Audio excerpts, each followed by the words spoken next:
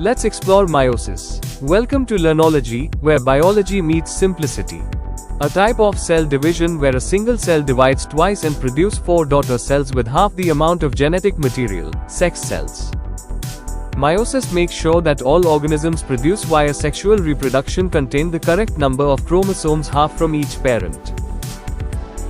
Now, let's look at the stages of meiosis. Prophase 1.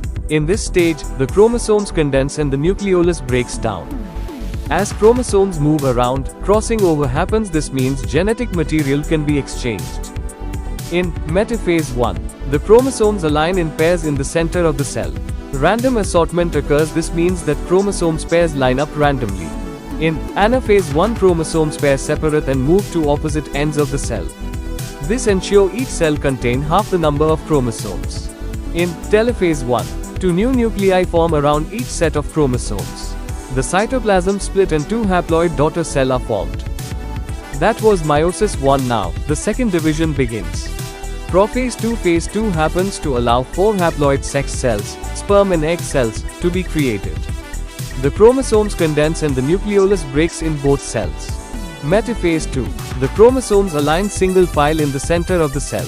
This occurs to ensure sister chromatids separate in the next stage. Anaphase 2. Sister chromatids separate and move to opposite end of the cell. This ensures the daughter cells remain haploid. That means they have half the genetic material of the original parent cell. Telophase 2. 4 new nuclei form around each set of chromosomes. The cytoplasm split and 4 haploid daughter cells are formed. Meiosis, divide and conquer, for life to begin. Don't forget to like, share, and learn with Learnology.